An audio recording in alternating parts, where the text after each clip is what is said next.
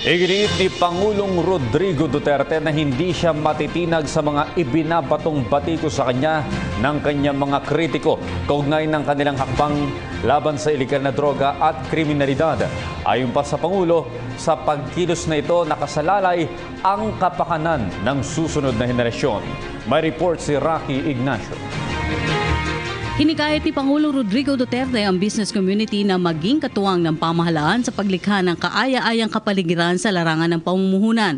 Sinabi ito ng Pangulo sa oath-taking ng Board of Directors at Officers ng Philippine Chamber of Commerce and Industry, Employer Confederation of the Philippines o ECOP, Philippine Exporters Confederation at Philippine Franchise Association sa Malacanang. So, tulungan ninyo ako dito because I'm trying to create the environment for really to do business, especially in Mindanao.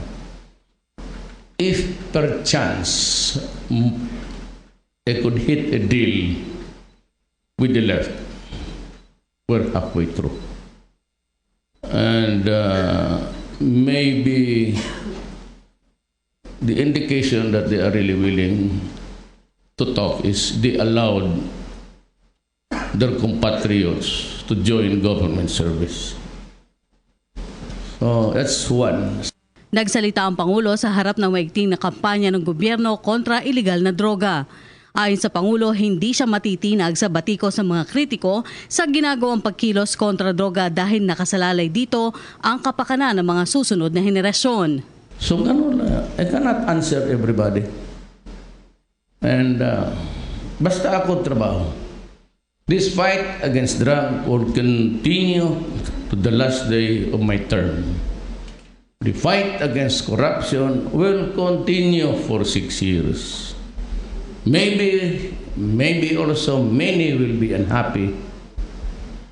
But I think the bigger picture is that I would have something to live by for my country.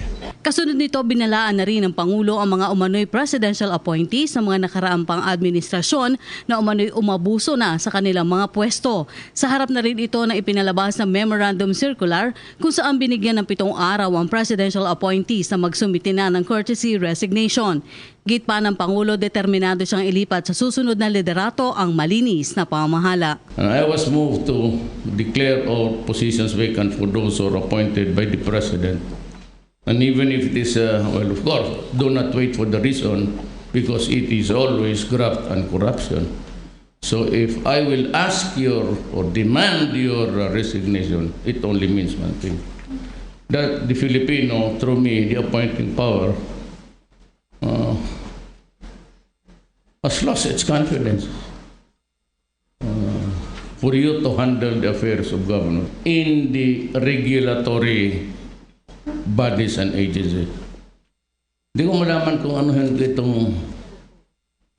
You know, I've been trying to warn everybody and I was hoping that I would not have to name them and, for the reason that I ask those who are involved in so many wrongs to resign before I take my oath of office.